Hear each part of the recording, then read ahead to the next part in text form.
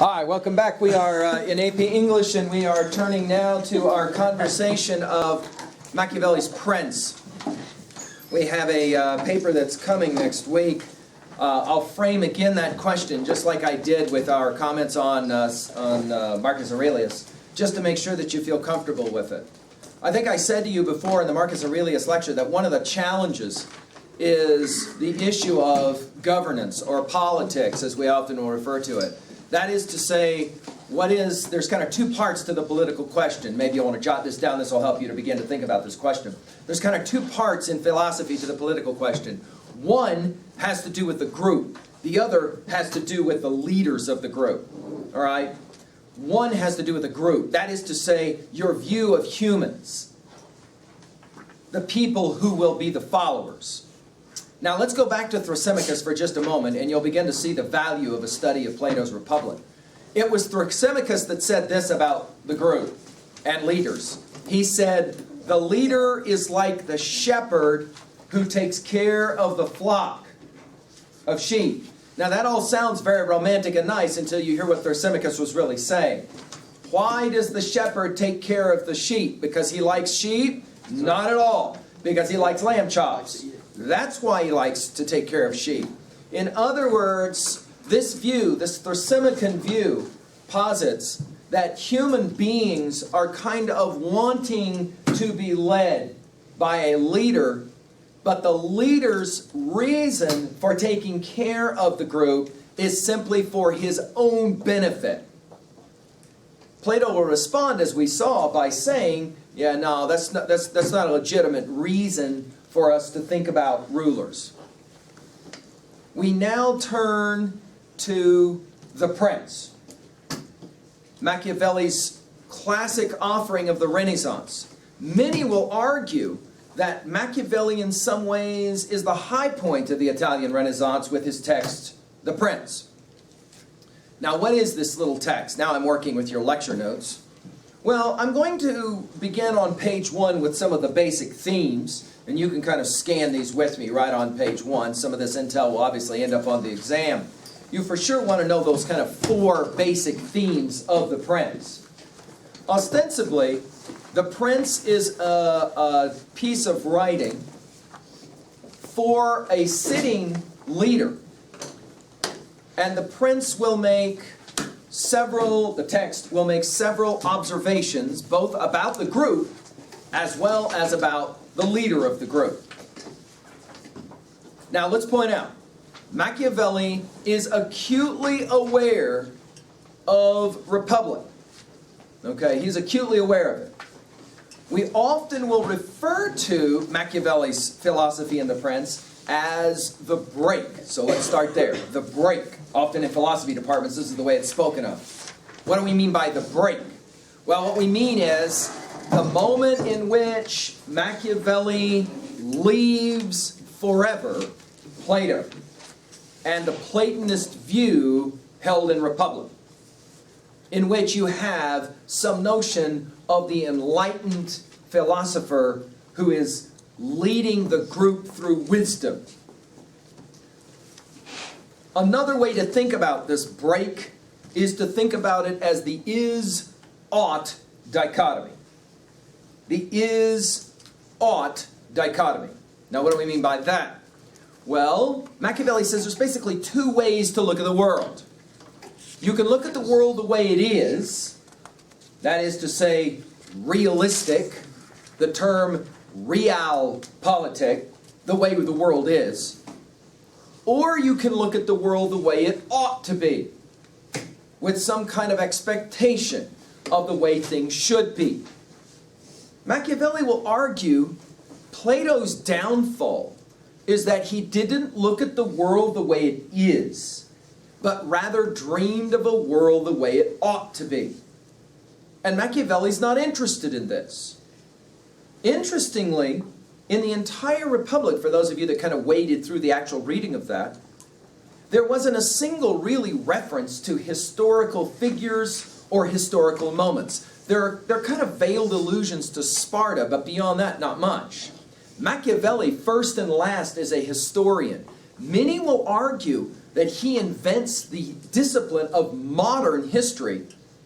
And what he says is, hey, dude, if you want to talk about the way the world is, let's just pick up the old high school sophomore history anthology that you had, and let's just take a look at that anthology. And what does that anthology say? And that anthology says the following: human existence is pretty wretched. Civilizations live for a while and they go away. And the only civilizations that last because of a dominant personality. Who do we think of? We think of Alexander the Great. Who do we think of? Genghis Khan. Who do we think of? In the Old Testament, Moses. I mean, the list can go on and on. All of these personages for Machiavelli point to one clear, shining truth. If you want a state that lasts, you better get a strong, dominant leader. And that leader better have a clue what he's doing. Notice I said he. Because for Machiavelli, the very idea that a woman would ever be a leader is not only insane, but rather anathema. He will follow the Aristotelian view that women are beneath men, women are there for certain purposes, never for leadership. Now, he will not deny the power of the woman within the domestic setting of the home as a mother. That he will validate, and validate strongly. But beyond that, in terms of formal politics, Machiavelli will never give room for a woman. He would see, in fact, that whole project as being instability, just waiting for the end, right? I mean, that's just a no-brainer for Machiavelli. Number two, Machiavelli will, along with this is-ought dichotomy, Machiavelli will very much be interested in what we call political science today, right? So, for example, he will ask questions like, should a leader be a good liar or not? And for him, that's a self-evident question. That's a rhetorical question. He points out something, we learned something from this study, and that is this. It's kind of important. Winners write history. And therefore, the people who have dominated are the ones who end up writing the historical records. And we should spend a good amount of time studying who those people are. So, for example, as you write your paper, I'm asking you, what do you consider to be the attributes of the ideal ruler or leader? What kind of president do you want? Machiavelli says, are you ready for this? He says there's no more important question in the history of the world. Really? Really, really. Because you can have all the dreams you want to be individually a person. But if you don't live in a state or a society in which you can pursue your dreams with some modicum of security and freedom, remember that's kind of the language Jefferson used in the Declaration of Independence. Remember, he called it security and happiness, right? If you don't have those things, what's the point of all the dreams you've got? Machiavelli says, in the end, and I have seniors that say, wow, I've never really thought about that. He says politics is the most important thing in your life.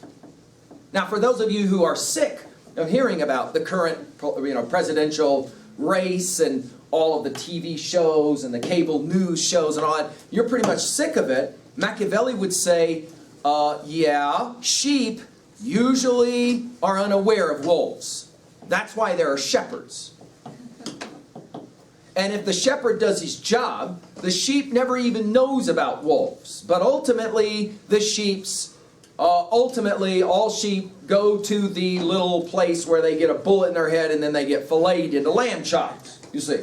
That's, in other words, there's only one purpose for sheep, and that is to be eaten.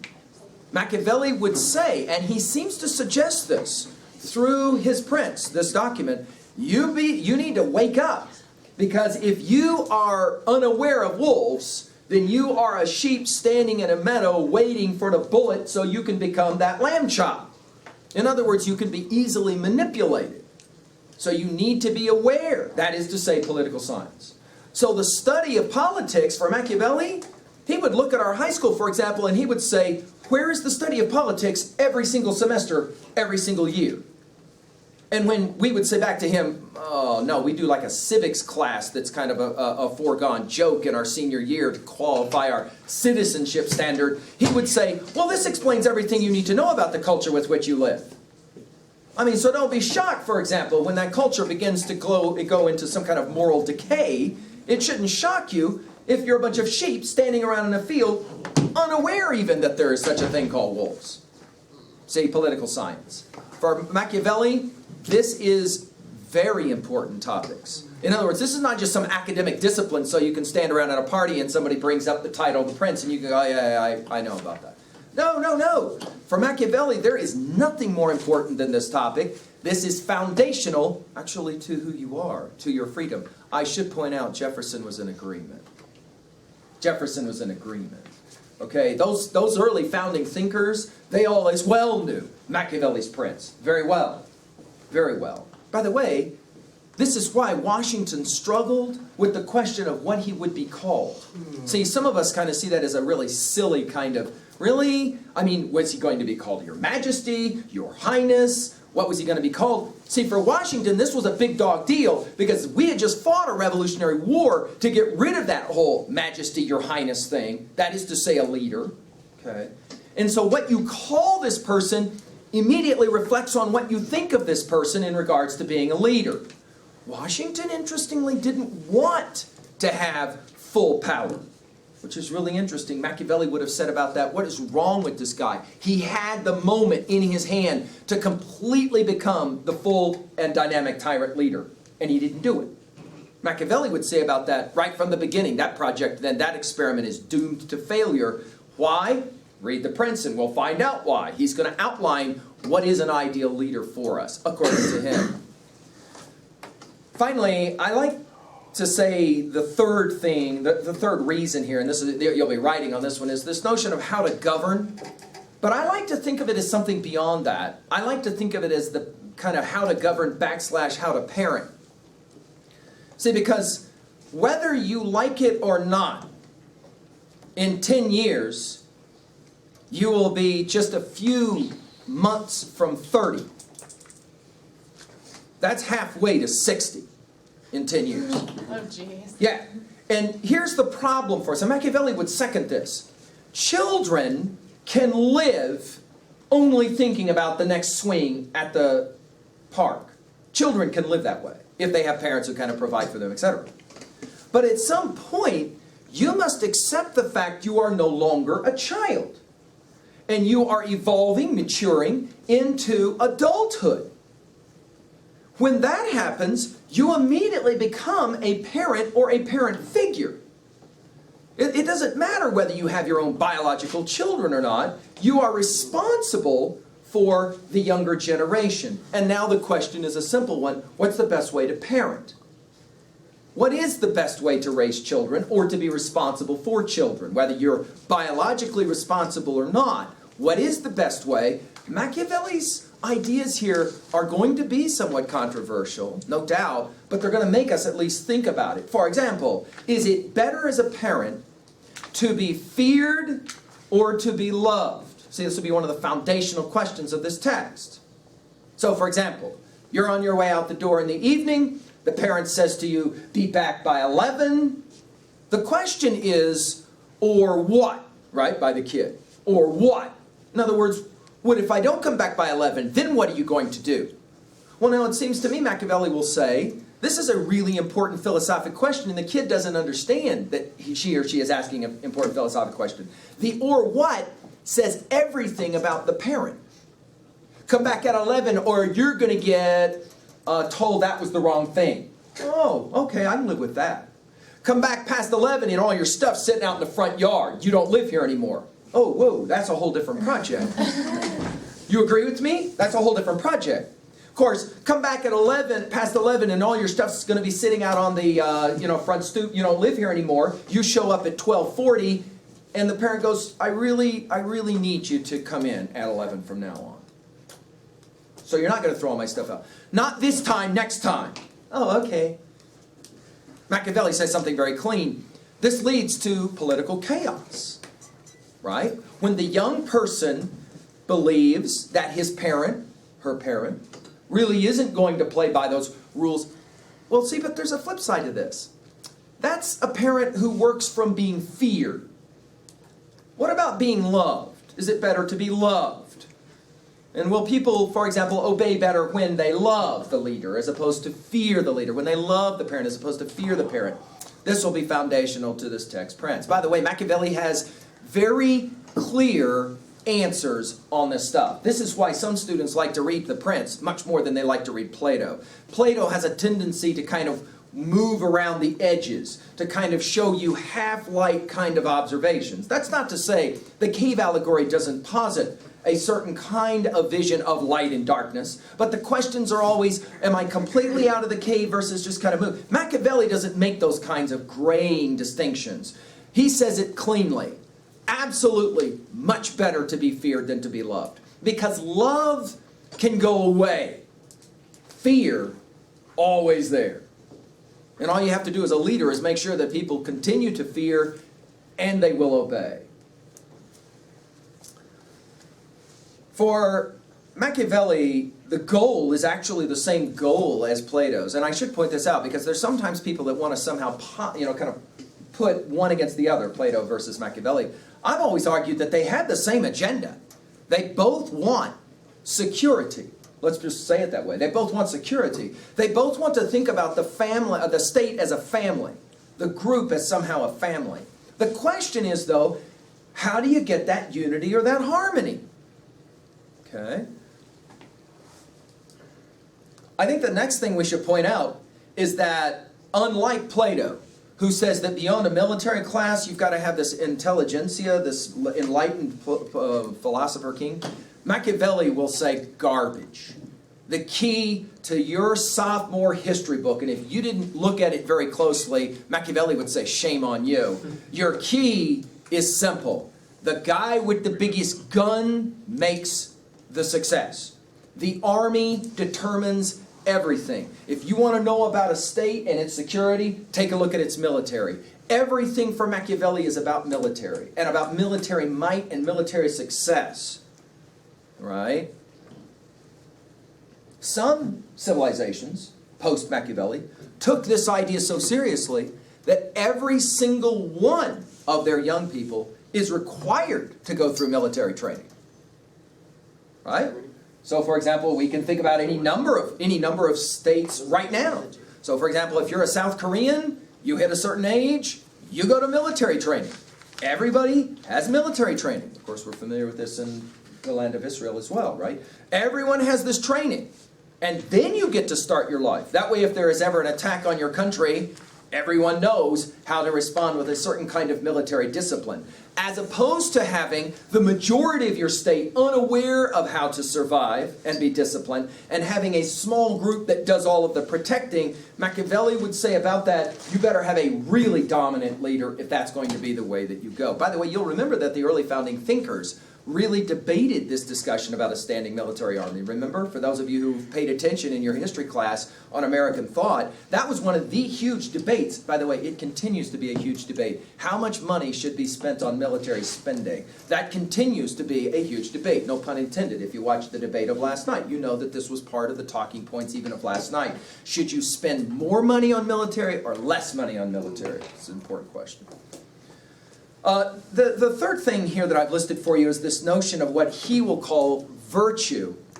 All right, and here his four cardinal virtues are a little bit different from Machiavelli's. Notice them: courage, efficiency, talent, strength, ability. Above all, you got to be smart, intelligent.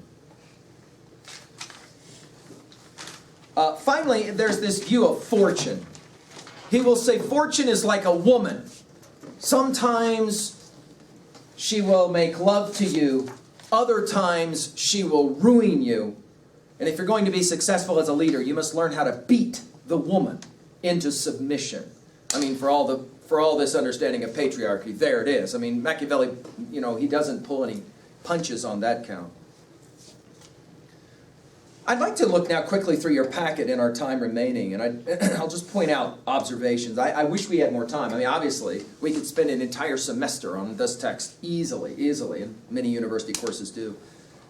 Notice, for example, what he says down below, and not the Prince. I've given you this as a quote from another text called His Histories. Valor produces peace. Valor means courage, right? I'm reading the last line of the first page of your packet. Valor produces peace. Peace will produce repose. That's nice. We don't have to worry about an outside invasion anymore. Right? Repose produces disorder. Right? Oh, we don't have to worry about, oh, okay. All of a sudden, disorder starts to happen. Disorder produces ruin. Now we're book 9 of Plato's Declension of State. From disorder, order springs. Right? A need for discipline. From order, valor. And from this, glory and good fortune. So let's say it this way for your notes. Machiavelli sees the rise and fall of political power, civilizations, this way. We move from chaos to some kind of order, to some kind of imposed peace, back to disorder and, of course, declension. And out of that declension then arises the next state, which is kind of how Machiavelli understood history. We have a tendency to read history today still this way. Notice in chapter 3, he says that it's better to set up colonies than to simply completely annihilate. He does have a view of humans that is going to be somewhat less than exemplary. He says on humans, for example, in chapter 3, I'm on page 2 of your packet now, that men are restless, anxious for changes, and ready to take up arms against their masters, regardless of whether they live comfortably or suffer hardship and discomfort. Right? Conquest gives offense to many, he says. It cannot satisfy even those who benefited by it because they always expect more than they can be conferred by the change. I'm going to skip now to page 3 and chapter 6. One of his heroes, for those of you who have read the Bible, I recommended it to you over the summer again. The great hero leader Moses is for Machiavelli one of the great leaders. There's a couple of quotes here, though, that I want to point out to you on page 3. Notice his quote, "Men almost always walk in paths beaten by others and act by imitation." This will sound, of course, very similar for those of you that read Walden. When you remember Thoreau said that I walked from my door to the pond only a few days when there was a beaten path there. And he said, it's funny how that path has remained even years later when I go back to visit the cabin. He was making an observation, of course, Thoreau very familiar with this text, that, yeah, this is true. Most humans do what they are told to do. Which begs a really intriguing question about education. Is school the place where you were taught to be a sheep and do what you're told to do? Or is school the place where you were taught to be a leader of sheep? Right? These are interesting questions. Notice chapter 6 ends with this quote. "From this it follows that all armed prophets have succeeded and all unarmed ones have failed. For in addition to what's already been said, people are by nature changeable. It's easy to persuade them about some particular matter. It's hard to hold them to that persuasion. Hence, it's necessary to provide that when they no longer believe, they can be forced to believe." There it is. All right, let's continue now. Machiavelli's Prince 7:14, the next section. Let's point out that he sees as an ideal prince Caesar Borgia. A classic example. Let's just say now what his realpolitik looks like. He needs to subdue a town. Let's call it Warland. And so instead of showing up with a whole bunch of guns and everything, he has a smarter way to go. For your notes, this is what we call strategic violence. This is a return to the Thrasymachon argument of might makes right with a vengeance. Let's say it. Machiavelli is no Thrasymachon. He's way more sophisticated than that. Hear how he does this. Instead of showing up at Warland to take over the town, the way he does it is he sends his second in command and he says, I want you to go in and be ruthless. You need to round up all of the people in the town that have a mind of their own, and you need to execute them in the center of town. Make sure everybody watches. Ruthless. So he does it. He walks into town. He brings all of the people who could be potential troublemakers. He does terrible things to their bodies in front of the town. Terrible, terrible things he does. The next morning, when the people wake up, they're clearly upset. They're very afraid. The second in command is drawn and quartered dead in the middle of town. He's been killed. And now everybody's like, oh no, they're going to wipe out our whole town because of something terrible that they think we did. Who did this thing? And the prince shows up. And he says, I'm the number one. That was my number two.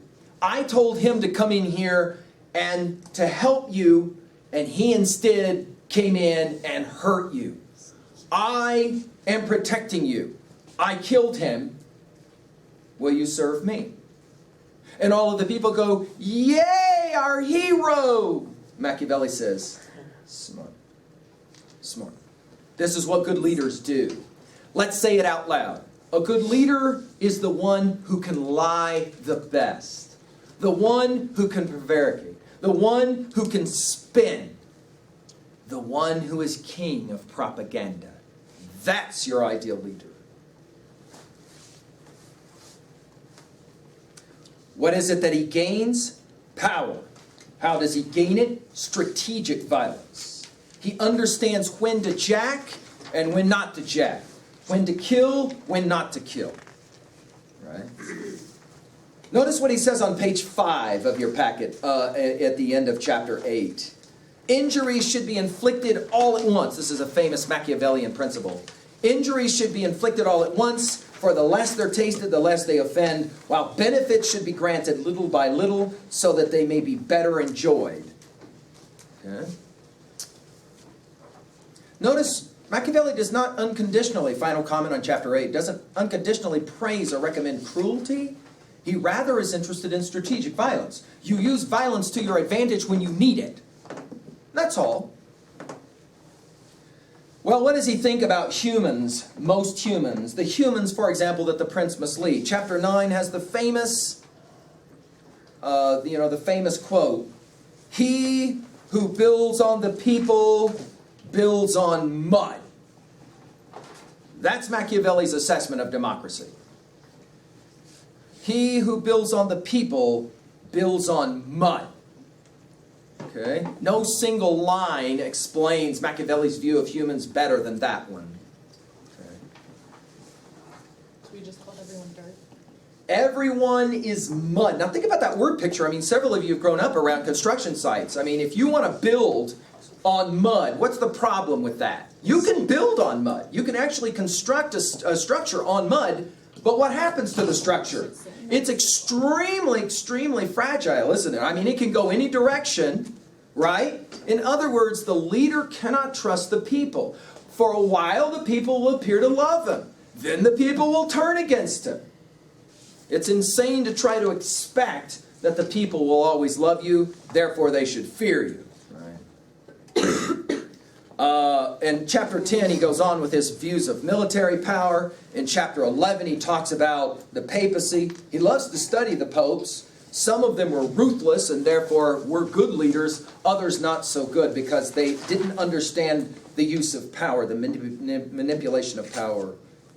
Chapters 12 through 14, there it is. Two things make the foundation of all states. See, and here, I've had students that say, you know what, I never really thought about this. I always thought about politics as some a cable TV show on TV or something like that. Look what he says. You got to have two things. Good laws and good armies. If you have those two things, you're able to survive. How do you get those two things? The prince, right? A wise prince, last line of page 6. A wise prince ought never to desist from the pursuit of war, and in time of peace he ought to attend to it even more than in time of conflict. In other words, the famous line, Will Durant sharing this one, believe in peace, but keep your powder dry. You're always expecting the possibility of fighting and war, right?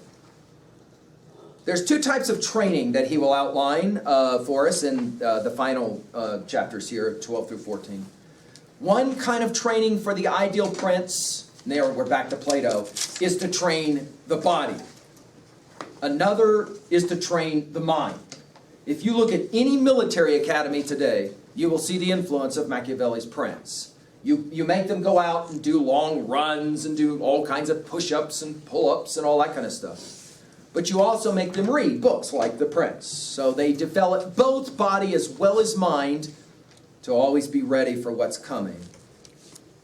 By the way, he believes everybody should hunt that wants to be a leader. Because when you're hunting, you have to strategize and figure out stuff. Book 15, chapter 15. The question, of course, here is, should a politician lie? Notice what he says at the end of chapter 15. I'm on page 8. My intention being to write something useful, you might circle that word, because he's slamming Plato here.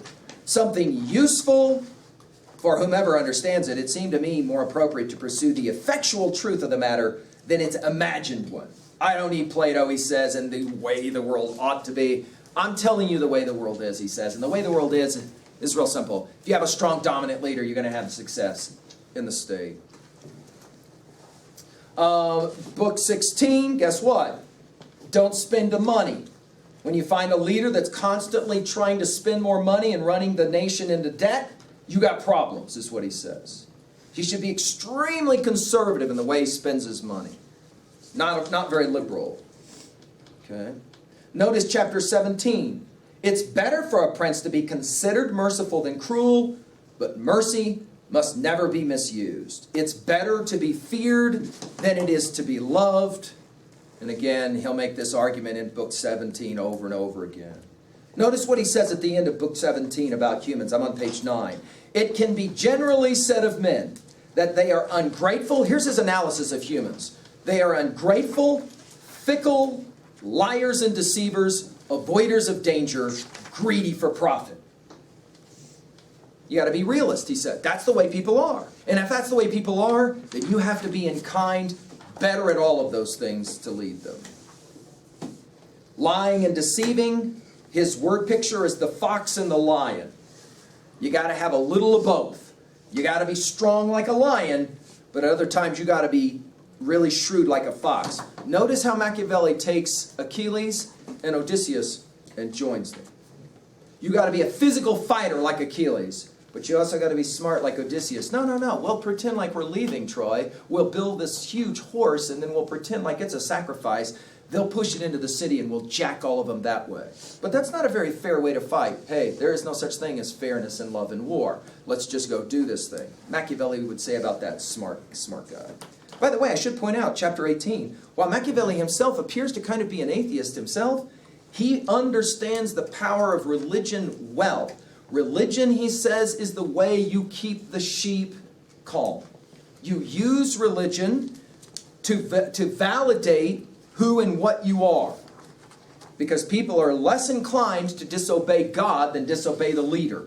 Therefore, remember what Hitler did. By the way, there was one book that sat on his nightstand his entire adult life. Guess what it was?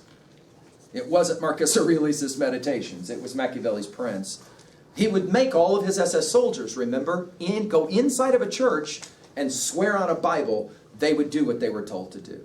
Therefore, when they're at those death camps, if they violate their commands, they're not only breaking the law that's been given to them, they know they're sending their souls to hell because they believe in a religious afterlife. They made the promise to God. Machiavelli would say about that, this leader was pretty shrewd to figure out a way to manipulate religious passion to gain the upper hand. Right? Notice what he says on page 10. For where the fear of God is wanting, there the country will be destroyed. It's a very simple line. In other words, once people stop believing in the religion of the state and in God, it's just a matter of time. Thank you. An introduction to Machiavelli's Prince.